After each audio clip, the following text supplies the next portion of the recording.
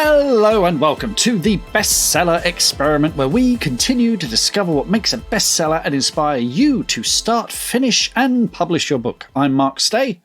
And I'm Mark DeVoe. And before we dive into this week's episode, we'd like to thank all of our amazing patrons and all of our Bestseller Academy members, who, without which this show would not be rocking and rolling. So thank you to everyone. And if you would like to be a supporter of this podcast, if you've been listening to this podcast for a while maybe and thinking, yeah, I'd like to get some of those extra goodies, then pop over to bestsellerexperiment.com/support to find out all the great things you can get.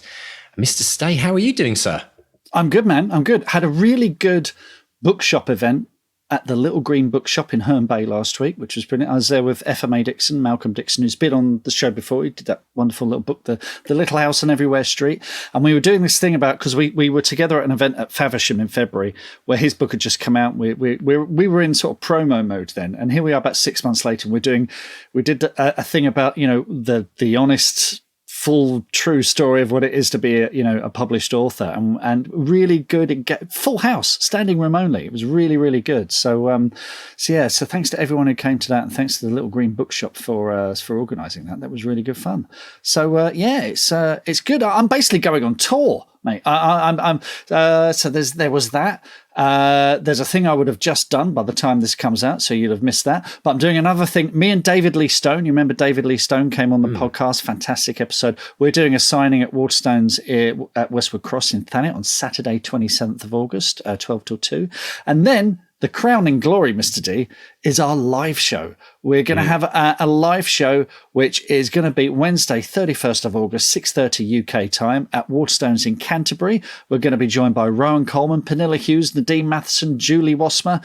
And it's to celebrate 400 episodes. But also, because we've been going for so long, we're going to be asking the question, is writing a job for life? In these uncertain times, can an author really earn a living from just their writing? And our authors are going to be sharing their experiences. There's going to be wine, cake, chance to meet the authors, get some books signed, plenty of surprises, and we'll be online. We'll be streaming it online. So if you can't make it, you can join us online. And I'm hoping, Mr. D, I've been talking to my technical boffins. We think we're inventing a new kind of hologram to beam you in. I've always wanted to be a hologram.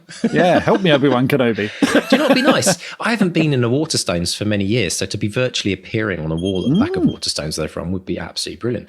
But yeah, for anyone who's been with this podcast for a long time, this is a really great opportunity to come and celebrate with us. It's a free event as well, we should mention. People often have to charge for these kind of things.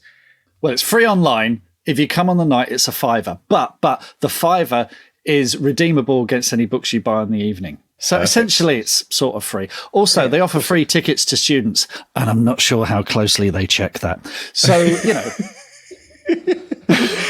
But at least it's not like $300 or something to get into a conference or something like that, right? It's not, and it's not Bruce Springsteen tickets either. So, you know. No, absolutely. Or Elton John's possibly final tour gig, right?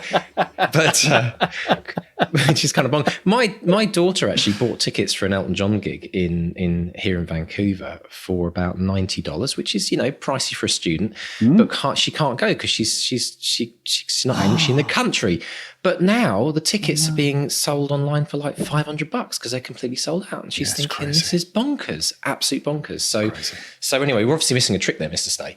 We should get Elton along to one of the book signings. But yeah, please do join us, and if you'd like to join us online as well, if you've never been to a Bestseller Experiment live event, we've been doing these on and off actually over the last 5 years. They're a lot of fun, and the really thing I love about it is interactive. You get to ask questions, and you might hear your name on the podcast. We'll give you a kind of a name check as well. So always fun. And most importantly, you never quite know what's going to happen. For anyone who ever watched that Blue Peter blooper that keeps getting repeated every single time with the elephant, they always say don't ever work with animals and children, but I would also like to add to that technology. So come and just watch out for what might happen. It's always good fun. And we always roll with the punches, don't we, Mr. Stay? Well, I'm definitely going to try and see if we can book an elephant now. I don't know. We're on the top floor. I don't know if we'll get it in the lift, but we'll figure something out. But yeah, links in the show notes for all of these, for tickets, and all the details are there, and hope to see you there, folks. Do you know what? If we did get an elephant, you know what it'd be? It'd be the elephant in the room, wouldn't it? Hey. Boom, boom. I think we better stop right there and get straight into this week's interview. Yes, let's do it. So, Mr. Stay, tell us about this week's amazing guest, Christopher Abbott. Christopher Abbott. Oh, I love this one. Christopher is an award-winning author of crime, fantasy, science fiction, horror, but he writes these amazing Sherlock Holmes stories, the Watson Chronicles series, and they've been recognised by readers and peers alike as faithfully authentic to the original Conan Doyle. And he's teamed up with authors like Michael Jan Friedman, Aaron Rosenberg, and he's written a collection of stories called Cases by Candlelight. So he's written 9 Sherlock Holmes books.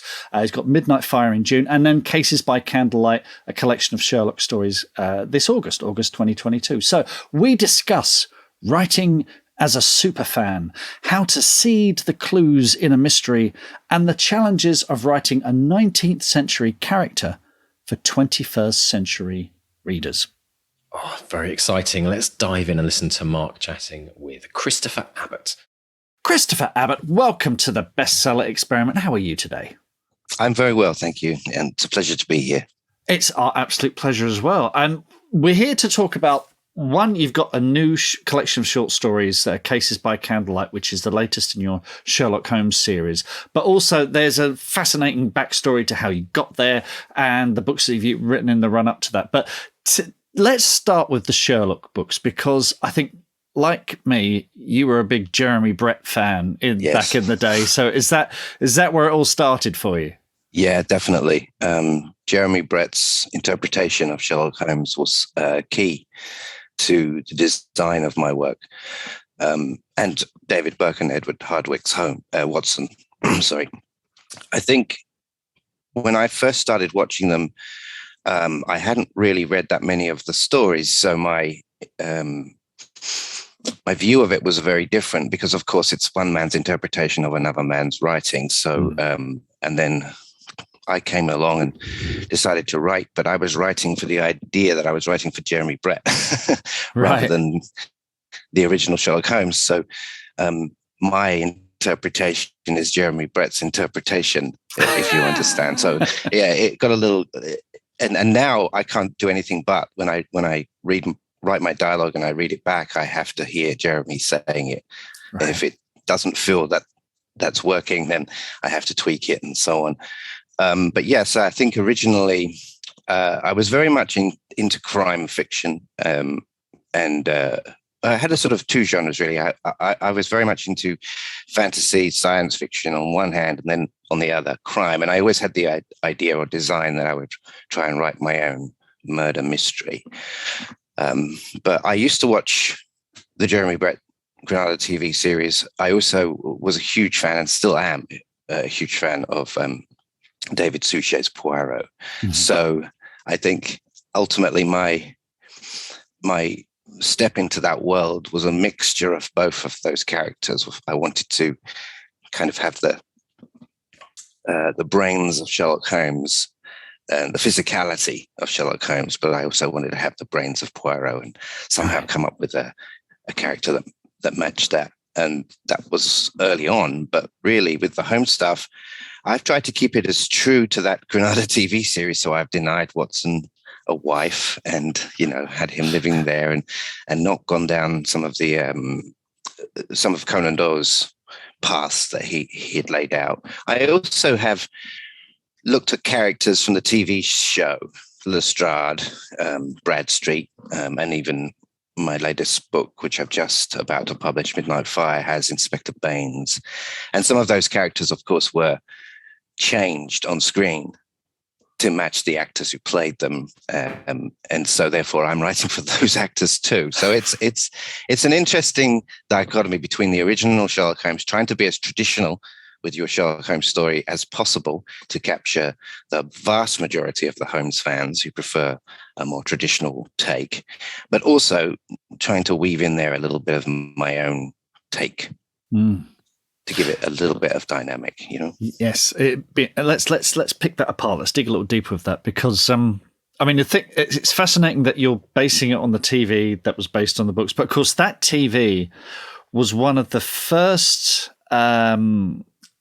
shows to really take Sherlock Holmes seriously, I think. Up till then, Watson had always been a bit of a bumbling idiot. It was, this really, it was, I think, was the first TV show to really talk about the addictions that Holmes had, his habits, his, the darker side of him. So how do you go about writing in that Conan Doyle style? Do you study the style? How did you, and does it help to be a super fan? Do you sort of go in there and pick it apart? It does help to be a bit of a super fan, to be honest with you. Whatever, when you're trying to write in someone else's universe that someone else crafted and loved and took very great care to present it in a way that they wanted, it's important to understand that, and important to understand what the author was trying to achieve. Mm-hmm. That being said, I read everything that I could, and then I started reading pastiches early on in the sort of late 90s and early 2000s, and I'd already had an idea or concept for a story, but back then you couldn't just go ahead and write a Sherlock Holmes story. It's a bit like trying to write a Star Trek story or a Doctor Who story. There's IP stuff that's involved around that, copyright and so on. I bought myself this gigantic annotated Sherlock Holmes book. I mean, it is huge. And I read all of the notes from these hugely talented and very well-educated people who took these stories apart and actually explained certain phraseology and terms that perhaps people don't fully recognize now, but were perfectly fine in English back in the early 20th century and late 19th century. So that was really where I went with it. First of all, I think I developed a style based on the idea. I hadn't ever written first person, which was hard. And an uncle of mine once said to me, don't try and be Sherlock Holmes or Watson, try and be both. And that was the way I started to think.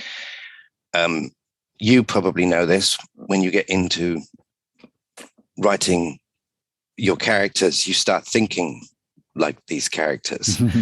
And I can understand why Jeremy Brett once said that, he wouldn't cross the street to meet Holmes, because there's such a egotistical kind of really boorish man. But I liked the idea that Sherlock Holmes himself wasn't deliberately trying to keep Watson in the dark, wasn't pushing him in a way because he was irritated by him. He essentially was educating as best as he could all the time. He was trying to bring a little bit of critical thinking into Watson's life. And let's be clear, Watson was a medical doctor. He was not stupid. He was highly intelligent. And for his time, very, very much above the norm when it came to observation and deduction himself. I mean, he was capable of seeing things. And perhaps I take a little liberty by giving Watson a little bit more of an understanding of those things, because I feel like with the relationship that they had from the earliest days, of course, he would have no clue. And he was always surprised when he would be given the answer to something, and it was shocking to him. But I felt that after a 20 or 30 year friendship, those surprises would diminish over time, and Watson would be in a situation where he would be able to say, "Oh yes, you think that because of this," and he would be right. So when I did my timeline of the stories, I decided that there were going to be some stories where I would absolutely have the Watson who says, "Oh, that's how did you deduce what I was thinking, Holmes?" to later on where he just isn't at all surprised and certainly raises a little eyebrow at him and rolls his eyes, at that kind of stuff, because it's parlor tricks as far as he's concerned. Switch that to Holmes's point of view, and you start realizing that they're not parlor tricks at all. They're mechanisms in order to either put people at ease so that they come to him for advice and he can show them immediately that he's capable of doing a lot more than the average person. And that's the little, I can see by your tread on your shoes that you do X. That sort of stuff is more of a device to allow him to prove to the person that they made the right choice in coming to him. Also, it disarms a little bit, because anybody that might feel like they could get the better of him will suddenly be put off on the back foot. And I felt that that was kind of important. So, yeah, it's very interesting dynamic switching between the two characters. I do go back and read the stories to try and make sure I get some of Watson's verbiage right, to try and make sure that I get some of his characteristics right. And that's hard, because now when I look at that stuff and I see how wordy that Watson was, and certainly some of the more obscure words that he would use in his own narrative, I've taken I made the choice not to be too obtuse with the writing, because I feel like you're writing a 19th century character for the 21st century, and there are going to be some archaic English in there that just doesn't translate at all, or over time has mutated and has a very different interpretational meaning. So it's a fine balance. It is indeed. And also, you got to think about pacing as well. A lot of those, I mean, certainly the short stories were very pacey, but certainly any novels written at the end of the 19th century, early 20th century, the pacing was very different, but your audience, your readers will be expecting a kind of a 21st century pacing as well. How do you deal with that? Well, my first idea for these stories was to write short stories, sort of 6,000 to 8,000 word stories, and have that sort of quick, punchy. Here's the idea. Here's the information. Here's the going out and sleuthing, and here's the result. But what I found early on was that I had a larger story to tell with these ideas, and the short story format just didn't fit me. However, I also was very aware that some of the longer stories, and I mean stories like, for example, The Hound of the Baskervilles, worked best when Holmes was only in them for short periods of time, because if he's there all the time and solve, it's a bit like why Gandalf the wizard disappears in The Hobbit for a while, because otherwise, if you have this all-powerful person around you who can solve everything, there's no mystery. And so I had to be aware that in order to have a longer story, I really needed a little bit more of Watson trying to sort of solve things, with perhaps Holmes disappearing off for an hour or a day or whatever, and that became a bit of a signature of mine, where I would get to a point in the story where Watson would recap everything while Holmes is off doing whatever he does. The other thing I thought was important was not to have Holmes come away. See, he has archaic knowledge. He has all this stuff inside him that will answer certain questions without any kind of research or anything else. I mean, for example, the inspector finds a cigarette case with the initials JR or at the scene of the murder, and the only person in the house with the initials JR is John Reynolds, and so therefore he must be the guilty person. Whereas Holmes knows that JR is actually the name of a hat pin maker in southeast London, and there are only two people that work there. One of them's dead, and the other person is the butler. You know what I'm saying? So there's that kind of archaic knowledge where it's really important. And of course, the other thing is Holmes readers want Holmes to solve the story, right? They want him to solve the story. They don't want someone else to solve it, or they don't want Watson to get all the answers right. So that balance between making sure that Holmes is like this superhero that can see things beyond anyone else, plus the Watsons of this world who are intelligent, but just not to his standard. I think that dynamic makes for an interesting ride along the story. In the meantime, you have Watson observing everything Holmes does, because of course these stories are from his perspective. So everything Holmes is doing, Watson is observing. So I thought it was important to make sure that you got a sense of everything he does, but not necessarily the understanding of why he's doing it. But yeah, and then going back to reading the original stories, and you find actually there's quite a lot of stories where Holmes says, "I'm going out, Watson, I'll be back in the afternoon," comes back and he says, "Right, the case is solved. I found this newspaper article," and that answers all the questions. And I thought, with a critical eye, looking back on that, some of those tropes that Conan Doyle used in order to get him to a 4,000 or 6,000 word story meant that he had to just go away and find the answer and come back and say, right, here's the answer, rather than actually see him.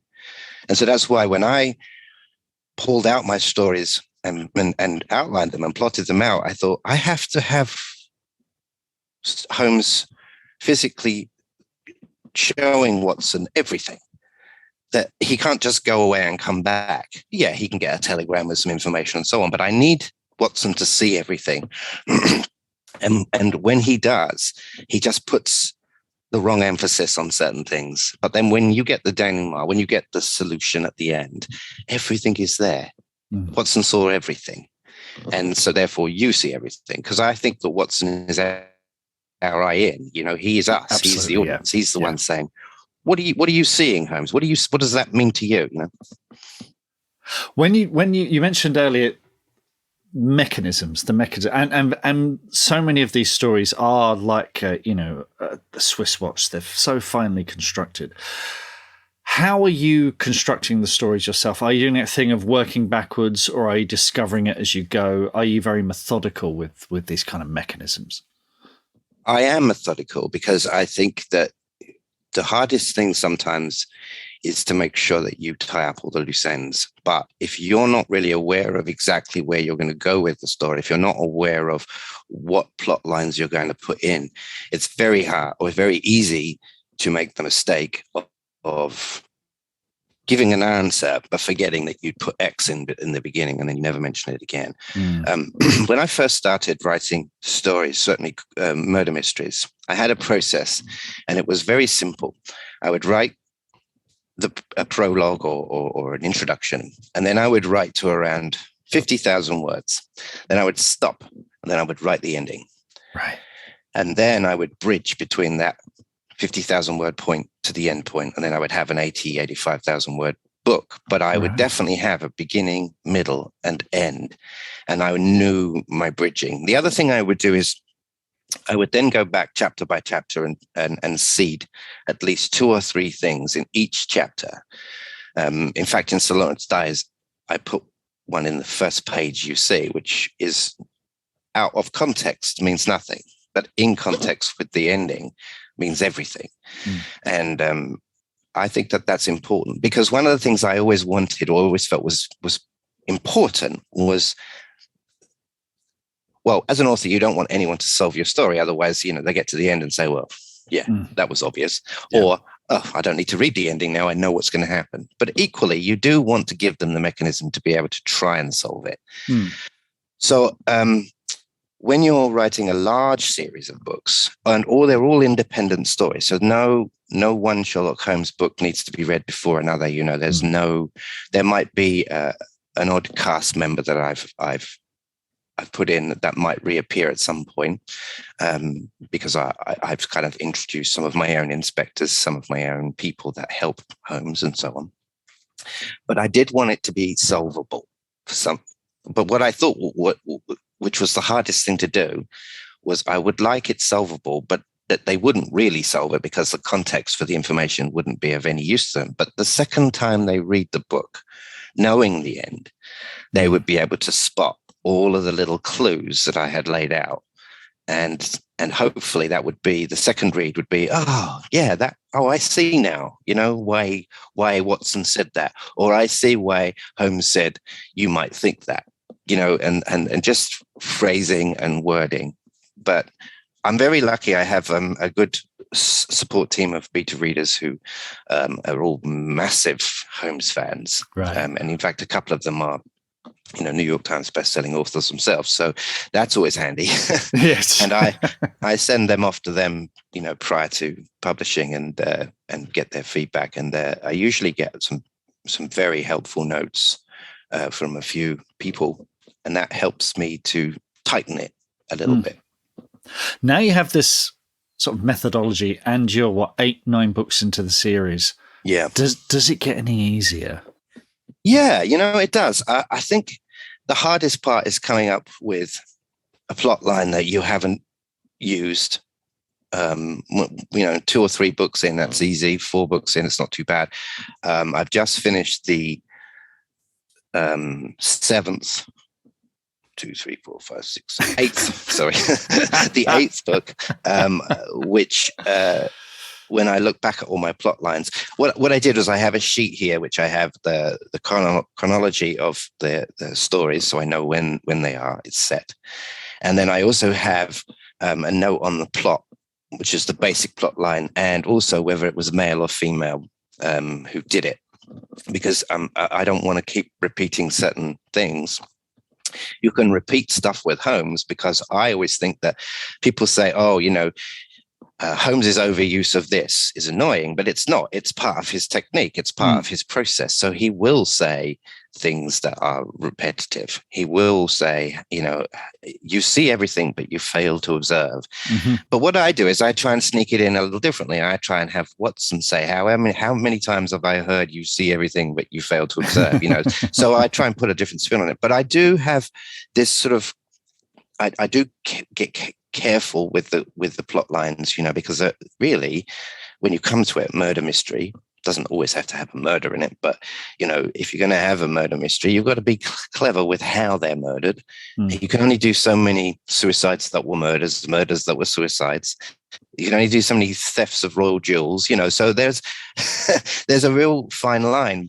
But it does get easier because I am so into the characters now. I've been writing these books since 2020, and I haven't really written anything else for a while. So I've never really left these characters, never got out of the characters. I find it very easy to slip into Watson.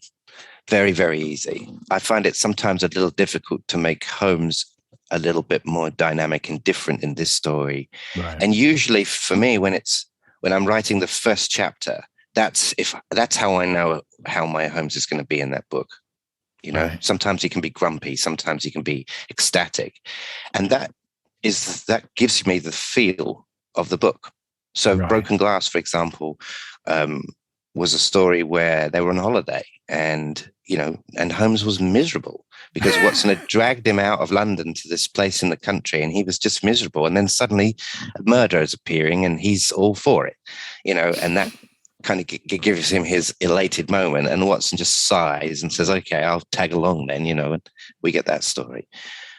Also, Mystery at Granholm Asylum starts with Holmes essentially telling a client to go away, that I have no interest in your case or you. And he's quite rude to the guy too. And of course, that ends up being a big problem for him because he didn't pay attention to something. Also, I think I had in the new story, I have Holmes do something where he puts himself in danger, and Watson says, for a man who's so keen on observing everything, you just stepped out in front of a bus, stuff like that. So I thought that was keen.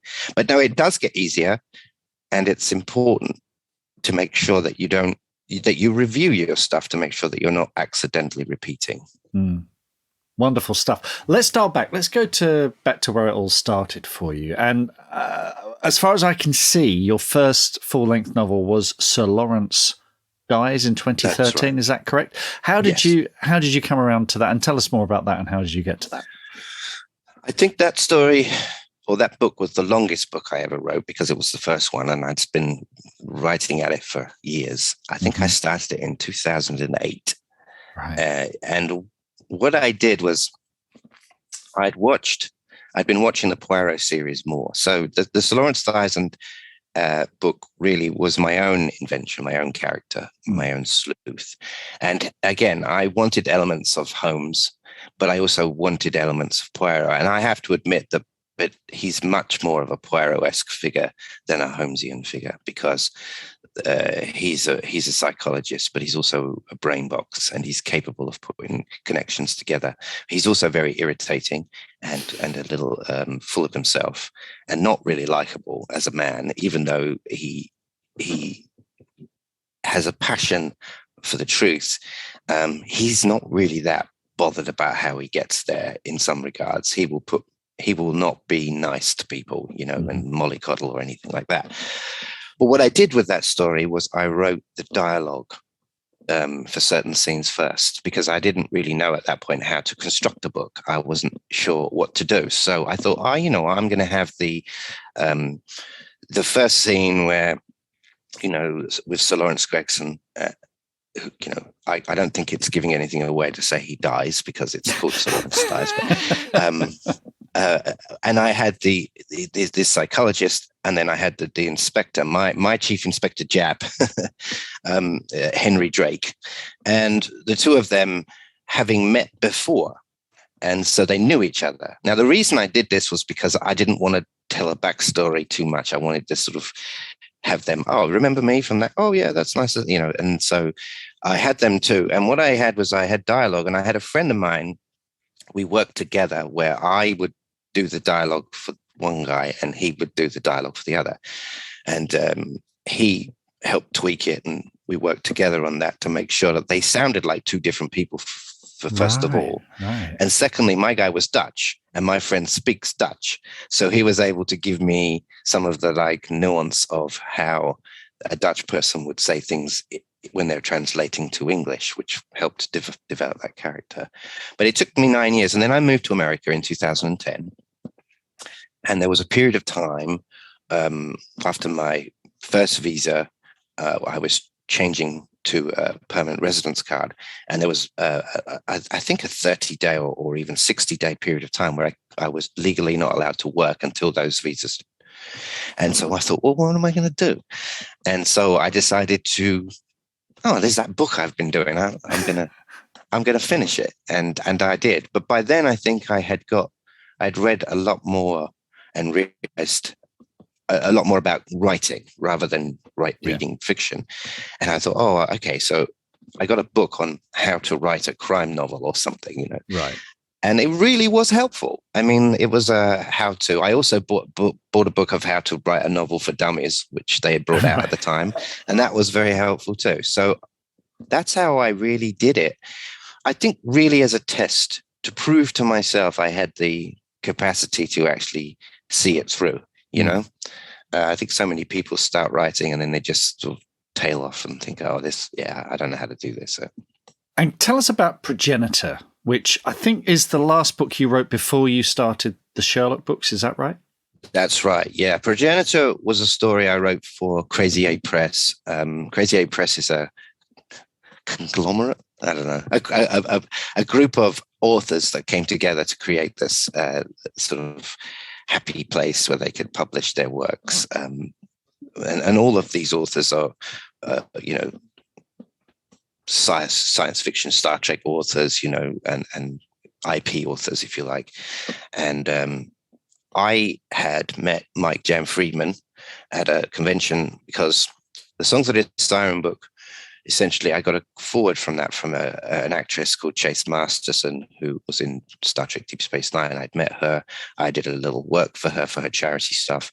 And I asked her one day, hey, would you write me a forward? And she was like, of course I will. And then she had a convention that she was at, and she got me a pass to come and sit there with my books. And I'd never done that before. So, And through that, and imagine this scenario where you're sitting at your table. I had one book, right?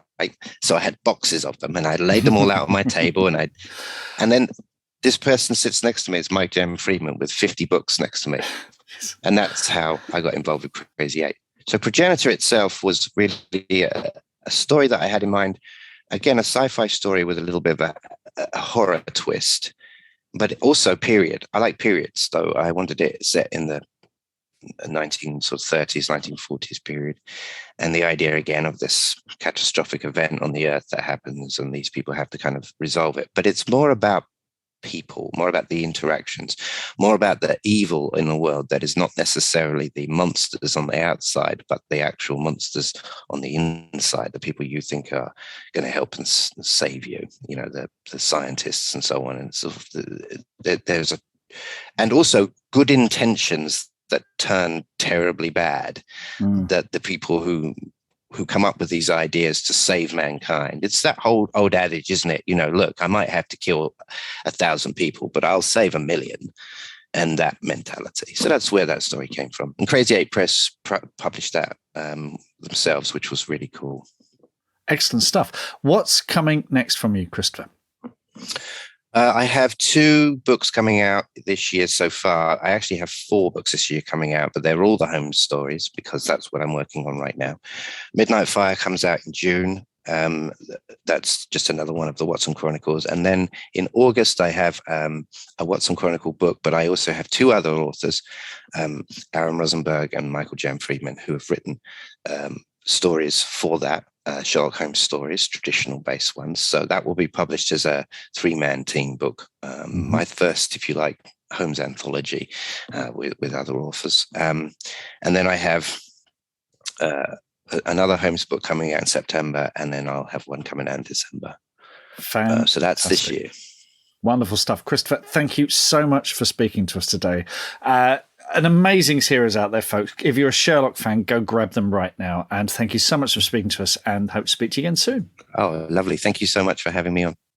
What are your writing dreams?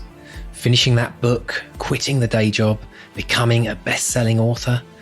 Well, over 4 years, we've studied the advice of over 300 best-selling authors who've collectively sold over 500 million books. And we are excited to announce the Bestseller Academy. If you're ready to take your writing to the next level with accountability, craft, and coaching, your bestseller dreams are now only a click away. To find out more and apply, visit bestsellerexperiment.com/academy. That's bestsellerexperiment.com/academy. I really like this idea, Mark, of pacing. We haven't talked much about, we've talked a bit about pacing on the podcast, but this idea of the difference in pacing of books from like the 19th century to the modern day, it's a very curious thing. And I've actually just finished reading the new Linwood Barclay, one of our previous guests, his latest novel. I was reading that Camping Holiday. I thought, I'm like a bit of a fast turner. And his books, they fly. They're like a rocket. Yeah. They're like a rocket, literally. And they're very short chapters, but there's always a big cliffhanger at the end of each chapter. And the pacing of it, you're just rushing along with it. It feels like you're in a kind of a Bourne movie almost. But it's interesting going back like 100 years. Were books like that? I don't think they were. I think pacing wise, for a start, there wasn't as much competition. So have you read a book? You weren't thinking, I've got to watch that Netflix thing and I've got to do this and I've got to do that. And, we lead very, very full lives. And people have argued that we have shorter attention spans. Maybe we do, maybe we don't. But I just know there's a lot more competition for our attention. And also I think that the reader back then wasn't necessarily as well traveled or as worldly. So if a character, in a Dickens novel goes to Paris, most of the readers would never have been to Paris. So he would take his time to describe Paris or the location that's in the book, or they might never have been in a particular, locale. So the Dickens and Holmes and these authors will sit down and take their time to describe it for you and really go into some detail. Whereas now we've seen these things on TV. There's much more of a shorthand, and I think you are right. We're a lot more story literate, I think, in terms of we know when the twists are coming, we know when we want those little cliffhangers to keep us on, and those little micro tensions, to keep us on the hook, I mean, you go back and you read Conan Doyle and Dickens and those authors of that era. They do feel remarkably modern, but every now and then they put the brakes on in a way that you think you probably wouldn't get away with that today. And for a lot of people, that's maybe why they like them, because they can sort of bathe in them and enjoy them in a way that you might not with novels today. I mean, I read a lot of P.G. Wodehouse, some of his books are over 100 years old now, which, God blimey. But they're so, those are short books and they are really punchy and they do not muck about. And as Christopher was saying, the Sherlock Holmes short stories are perhaps the most enjoyable version of Holmes because they do not muck about. He identified the structure to them. There's a problem. There's they get into it, and then there's a solution at the end. They don't muck about. So I've sort of gone round in a circle there, haven't I? But I do think that the reader today is perhaps a lot more demanding than perhaps they used to be. And I think that's partly because of where we've got to in society. And I do think that things have changed quite dramatically, really, and drastically. Dramatically, there you go. Combination of the two words. Good one. Stick that one in the Oxford Dictionary. Dramatically. So I think it's really interesting that, and that's actually how words are created, isn't it? It's when someone actually screws up and then someone goes, if you say so. I'm sure it must. I'm sure there must be a few in a dictionary like that. But what's interesting, I'm actually reading another book, non-fiction book, which is called How to Do Nothing. And it's actually about, and it's obviously a catchy title, but the actual premise behind the book is about the attention economy. It even has a word now, right. The attention economy. So all of these social media companies that are competing for our eyeballs and competing for our time, they're part of this new attention economy where they're trying to keep us hooked into their world for as long as possible. And I think as a result, it's interesting because 100 years ago, we didn't have phones, we didn't have the internet. Did people read as much? I think they probably read more, possibly. I don't know. Or maybe not. Maybe we read as much because we're reading stuff on Facebook or reading stuff on Instagram. We're still reading a lot of words. It's just in different kind of formats. But I do think that people could indulge more in novels 100 years ago because they had possibly the time, or maybe they didn't. Maybe they were working longer hours. I mean, it's all horses for courses, but maybe people could indulge more. They could go deeper into a novel in it, and there wasn't that need to have to kind of keep people on the hook and keep them kind of on that train to the finish line and to the end. I don't know. It's an interesting debate. You know why a novel is called a novel? Because it was a novelty. People thought it was a fad that wouldn't last. And really? They thought, no, I didn't know that. Hello, folks. Mark Stay here with a fact check-in. I was just listening back to JD's fine edit of this week's episode and decided to double-check my outlandish claim that novels were so named because they were considered a novelty. And you know what? I can't find a single corroborating source. I have a horrible feeling that I read it once on Facebook, and we all know how reliable that is these days. So I suggest you take my waffle with the largest pinch of salt and with a side serving of, really? That said, if anyone out there can find anything that corroborates this, I'd love to hear from you. Anyway, my apologies for interrupting your listening pleasure. Now, back to the show. Yeah, and they thought it was this kind of faddish way of storytelling that, oh gosh, this will never, but it hung around because it is a brilliant form for storytelling. It's difficult to do like for like because across the world there are more literate people. I mean, 100 years ago, 150 years ago, fewer people could read, so there was more of an oral tradition.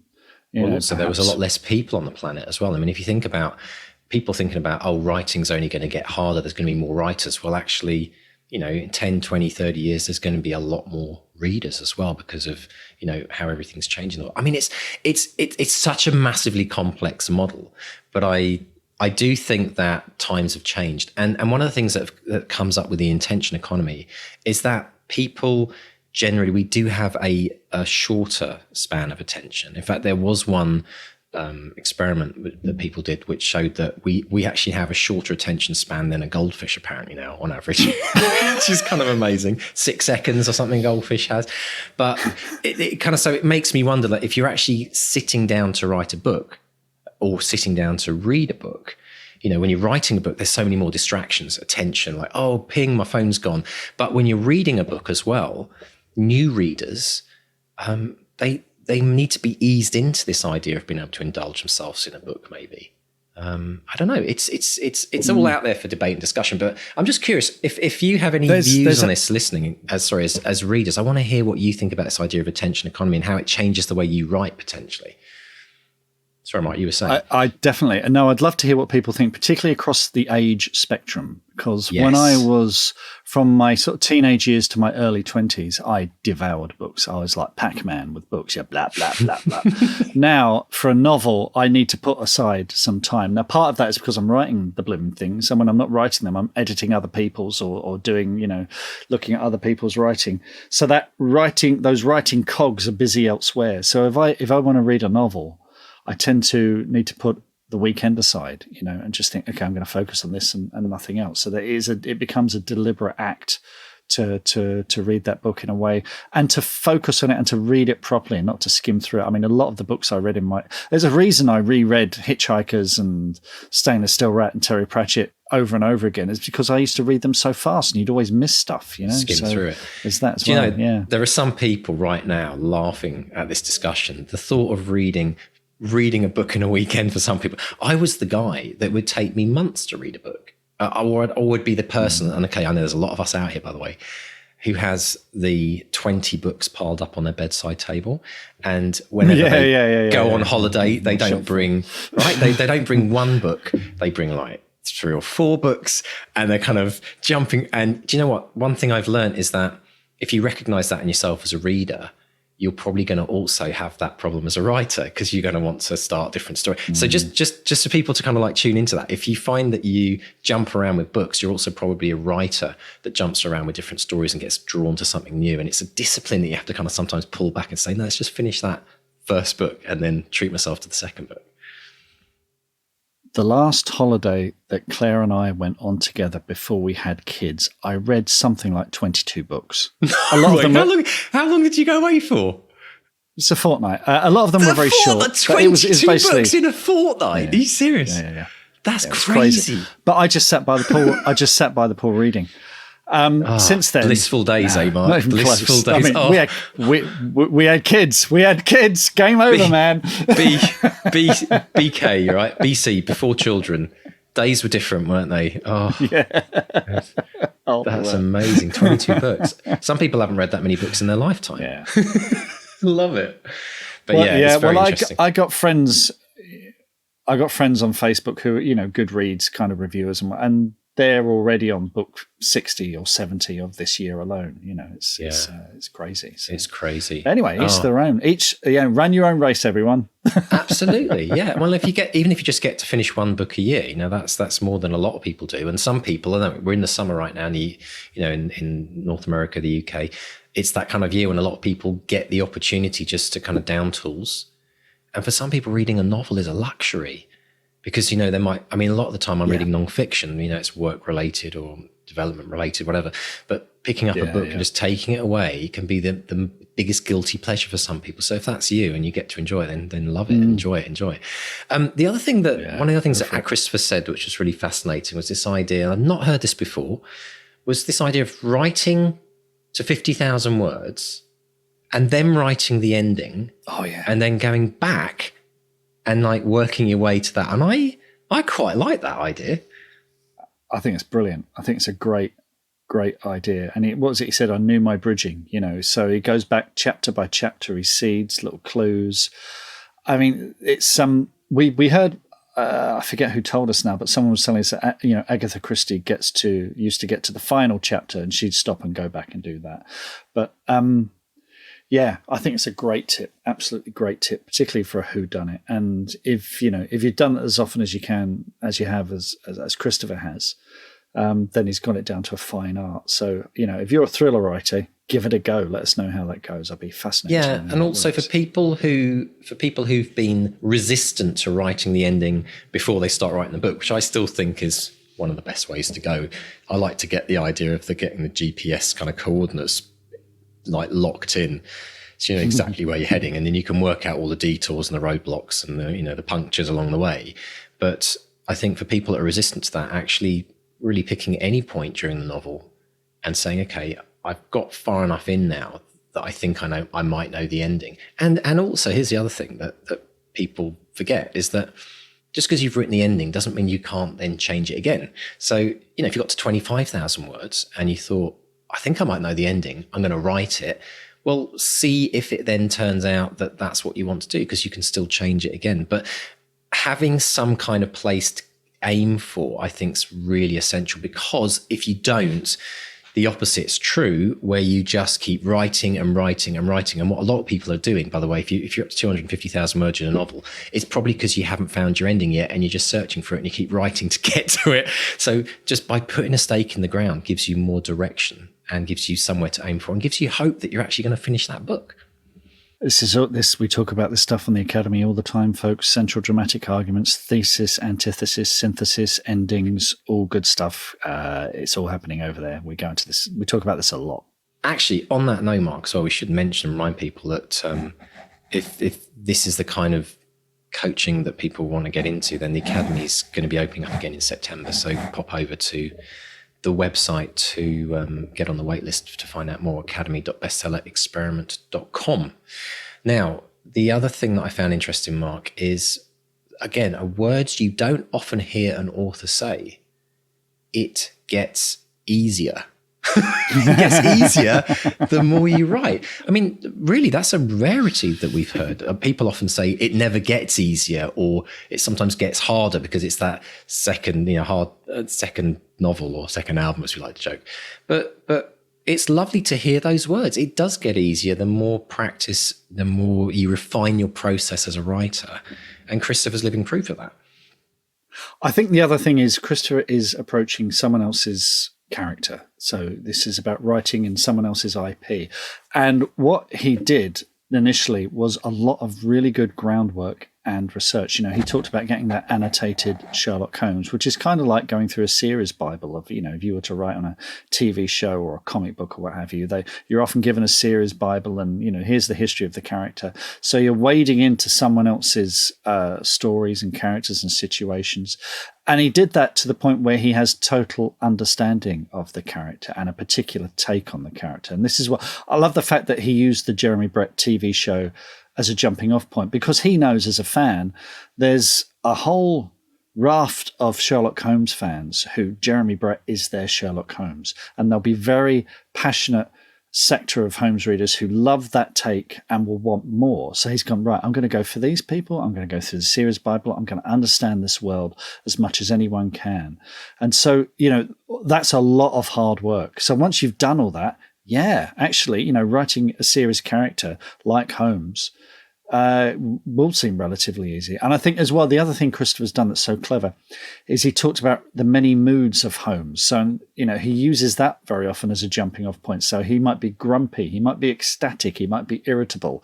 So what mood is Holmes in today? And I thought that's something that whatever you're writing, we can all take that, particularly if you're writing a serious character.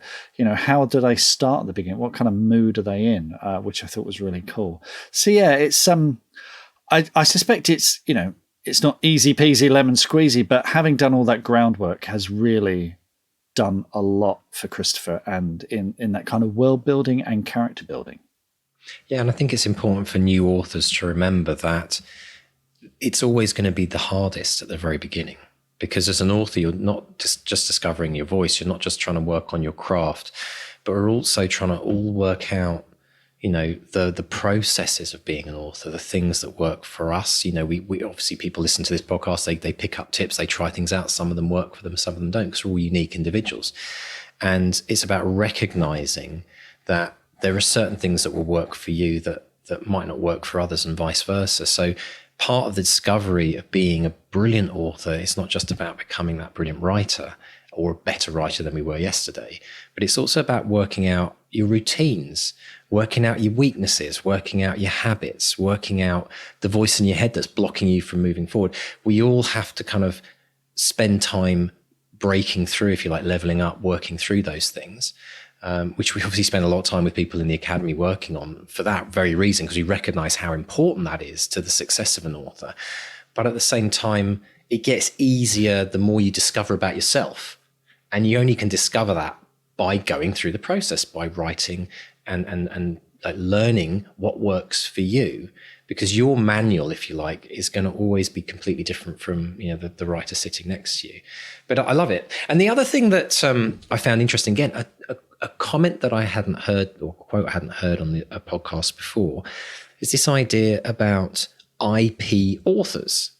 Now, I know that's a kind of generic term used, but I'd not heard that before, and I was kind of thinking back over the last couple of months, even just in the last couple of months. You know, we've had an author on talking about Agatha Christie's kind of story, and we've had, thinking back now over nearly 400 episodes that we've done, there's quite a few authors that have done this, and I've never heard this term IP author. So I mean, for people who are interested in getting into that, what's a good starting point for them?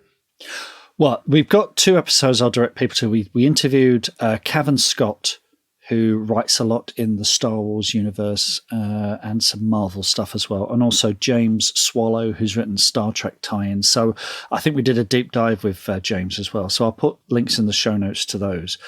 It's one of those things that when I signed up to my current agent, Ed, he did say to me, are there any IPs you want to write for? Because he could, and and the truth is, I'm a big Star Wars fan, but so I could probably do that. I'm not a big enough fan of Star Trek, I don't think. But there are people who will know everything about that, and I think Christopher, as well as being a Sherlock Holmes fan, I think he's a Doctor Who fan as well. So, and it's one of those things that if you got an agent, they can say, well, look, I've got a meeting with the Doctor Who people or the Star Trek people or whatever, and I can pitch you as a super fan and go from there. And maybe you could start writing fan fiction, and as long as you're not making any money from it, you should be okay. Just putting it up online. Just to clarify, then, an IP author, do they actually need permission from the estate or the world that they're going to be writing in order to write something that isn't official? Or actually, is this something for the Academy? Because this sounds like a deep dive, doesn't it? No, this is very straightforward. Look, something like Sherlock Holmes. Most of Sherlock Holmes is in the public domain. Not all of it, almost all of it. So you have to be a bit careful. It's all sort of 75 years after the author died, and some of those later stories and characters are still with the estate. Now, with Sherlock Holmes, it's probably a good idea to go to the estate or the Sherlock Holmes Society and get their approval or a pat on the head or whatever, which is what when we were at Orion, we did that with the Anthony Horowitz Sherlock Holmes book. So we could put that stamp on and it means something to the fans. There's a lot of stuff like, for example, Winnie the Pooh has just come into the public domain, and someone did a Winnie the Pooh horror movie, which would have been unthinkable. Disney's lawyers would have been on you like a shot. Wow. Now, what you can't do is you can't put Winnie the Pooh in a little red jacket, because that's what he wears on Disney, and you can't have Tigger yet. Tigger is still not quite in the public domain, so you have to be very, very careful.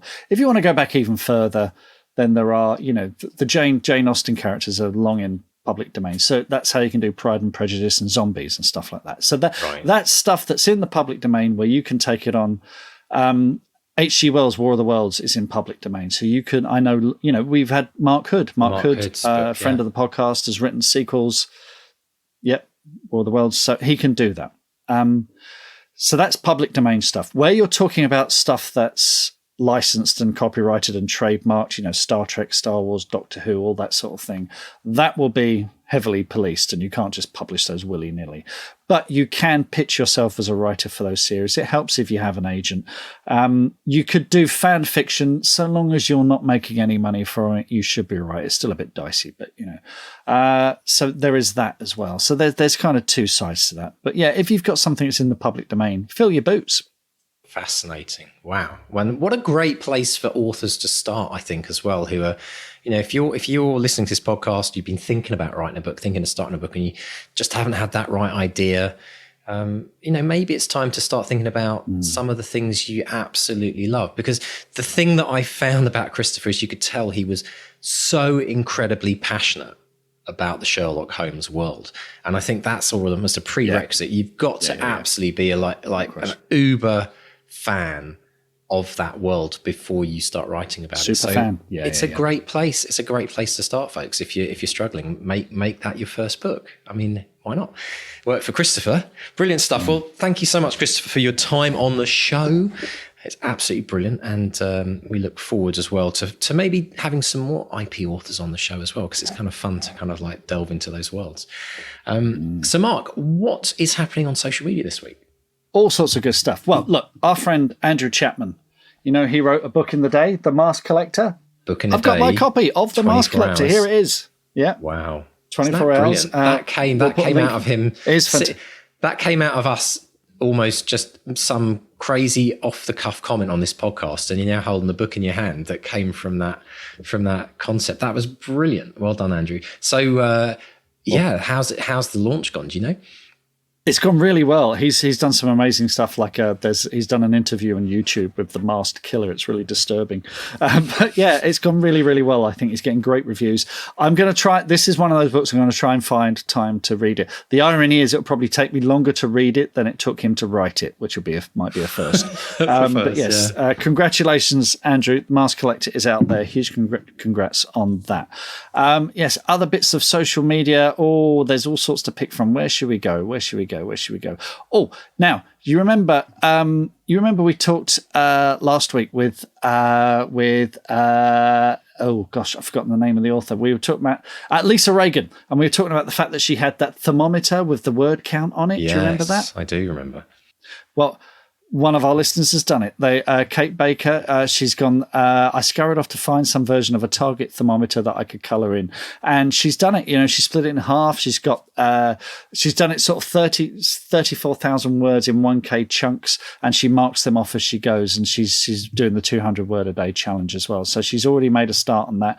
Already started filling up her thermometer, and she said one extra proviso: all the words logged here will be for the same project. So if you got one of those thermometers, let us know, folks. We'd love to see them.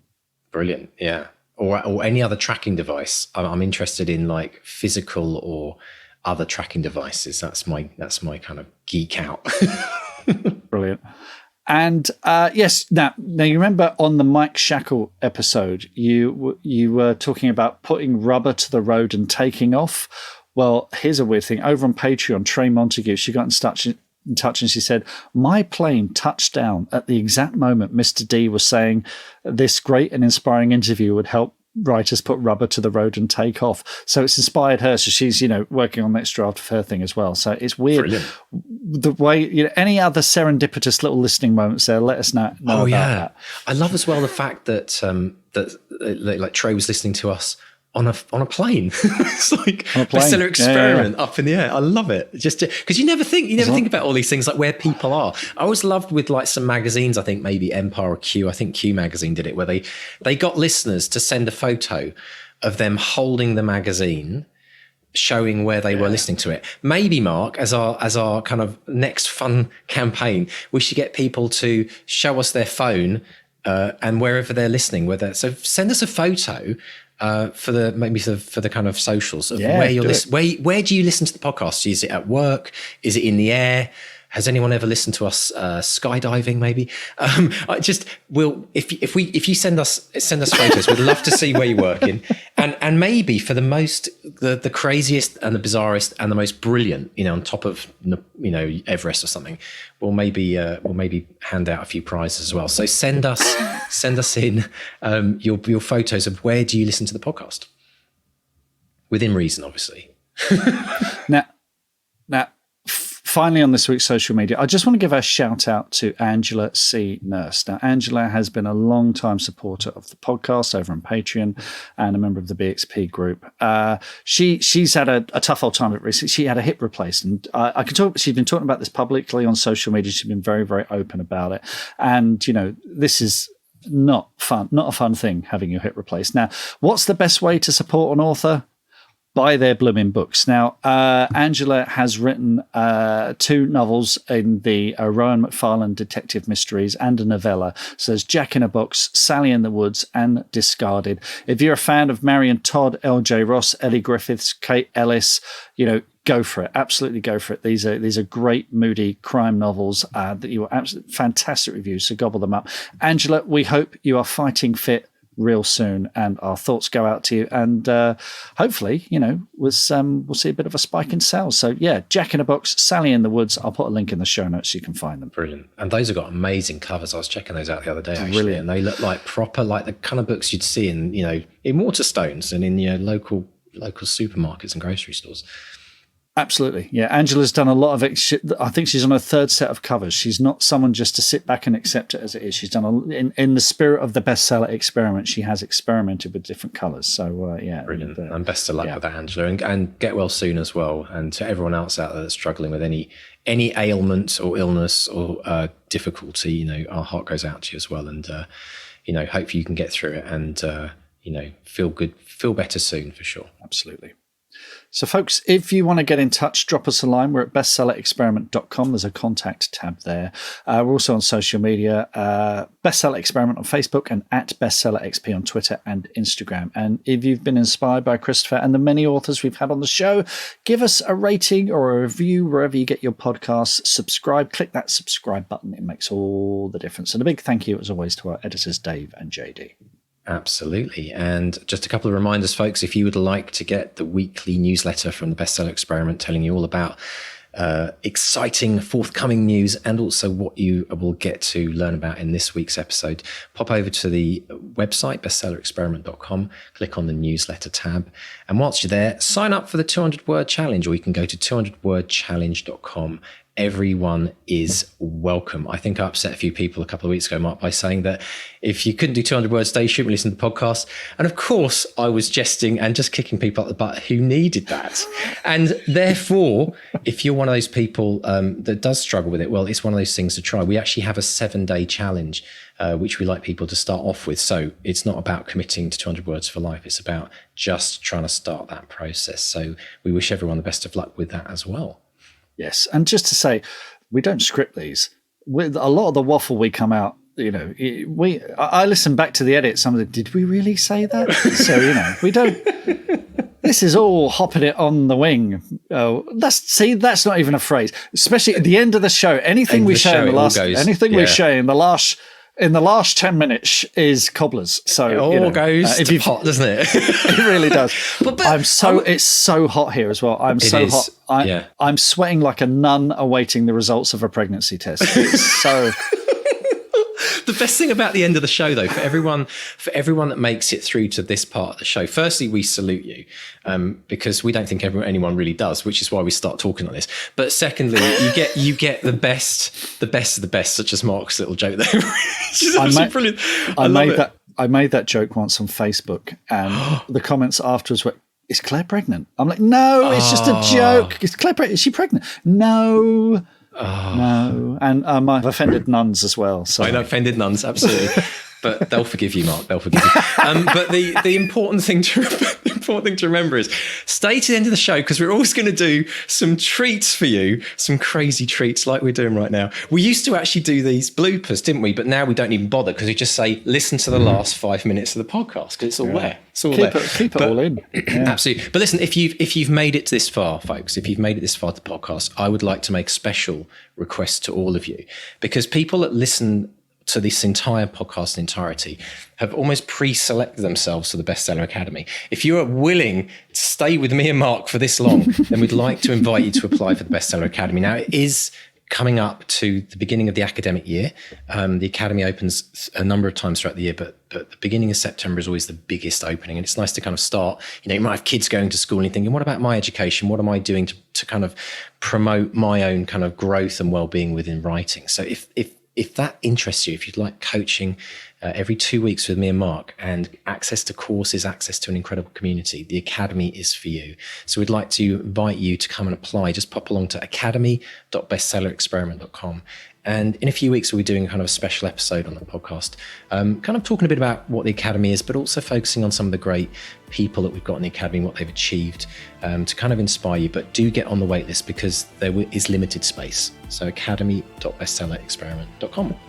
Mr. Stay, as always, it's been marvellous. I think we need to go and get a nice cool drink, change our T-shirts, and see you very soon. Yes. Please have an amazing writing week, everyone. Thank you so much for listening into this podcast, and we look forward to welcoming you again next week with an amazing guest. All the best. It's a goodbye from Mark 1. And a goodbye from Mark 2. Goodbye.